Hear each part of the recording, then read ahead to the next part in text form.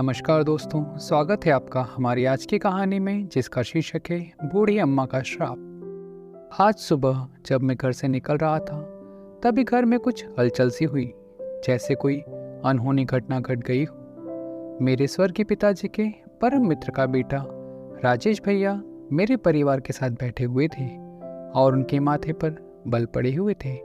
पिछले 80 वर्षों से हमारे और राजेश भैया के पारिवारिक संबंध रहे हैं।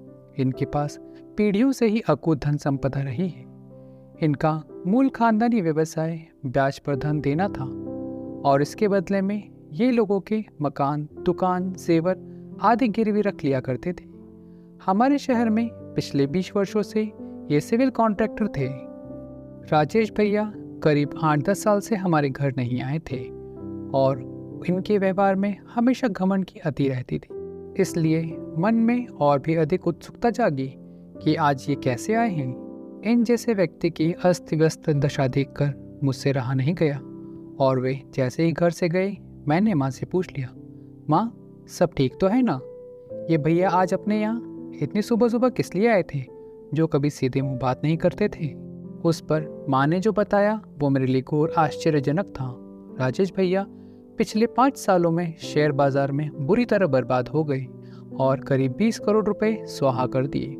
नगर निगम के जो कॉन्ट्रैक्ट लिए और पूरा किया उसका काम भुगतान कमिश्नर ने रोक दिया, जिससे इनको और बड़ा झटका लगा। बाकी काम को पूरा करने के लिए इतने बड़े सेठ को बाजार से सूदखोरों से 40 लाख रुपए लेने पड़े और अब वो 40 लाख रुपए का ब्याज बढ़ते बढ़ते 70 लाख हो गए हैं। अब इनके पास खाने के भी पैसे नहीं बचे हैं और इसलिए ये अपना आलिशान बंगला जो शहर के सबसे धनाढ्य बस्ती में है बेचना पड़ा। मुझे एक झटका सा लगा, लेकिन माँ ने जो आगे बताया वो और भी बड़ा झटका था। माँ ने बताया आज के लगभग 50 साल पहले एक गरीब बूढ़ी महिला ने राजेश भैया के पिताजी से 40 रुपए उधार लिए थे और उसके एवज में अपनी चांदी की मोटी पायल, झुमके, चेन आदि इनके पास गिरवी रखे थे। वो बूढ़ी माँ ने खून पसीना एक करके 3-4 सालों में 40 रुपए ब्याज सहित चुका भी दिए। लेकिन इनके पिताजी के मन में चोर समा गया और बूढ़ी अम्मा को झूठे हिसाब किताब बताकर जबरन ब्याज बढ़ाते रहे और उसके जेवर देने से मुकर गए। कुछ महीनों के संघर्ष के बाद तो बूढ़ी अम्मा थक गई। हमारा घर पास में ही था और मैं भी नई नई तेरे पापा के साथ शादी करके आई थी। उस दिन वो बूढ़ी अम्मा उनके घर गई और फूट फूट कर रोई।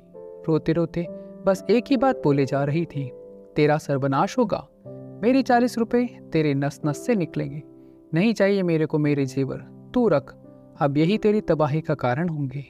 और कुछ दिनों में वो बूढ़ी अम्मा इस दुनिया से चल बसी।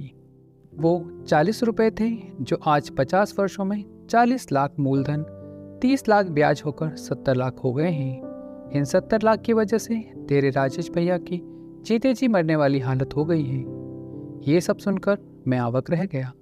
आज तक सुना ही था कि ऊपर वाले की लाठी में आवाज नहीं होती, मगर आज मेरे सामने सब कुछ प्रत्यक्ष था।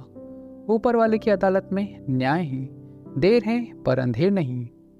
तो दोस्तों, पैसा सभी को कमाना है, हमें भी और आपको भी, लेकिन किसी के भी साथ इतना अन्याय न करें कि हमारी पीढ़ियों को इसका भुगतान करना पड़े। तो मिलते हैं अगली कहानी में, तब तक अपना और अपनों का ध्यान रखिएगा। जय श्री कृष्णा, राधे राधे।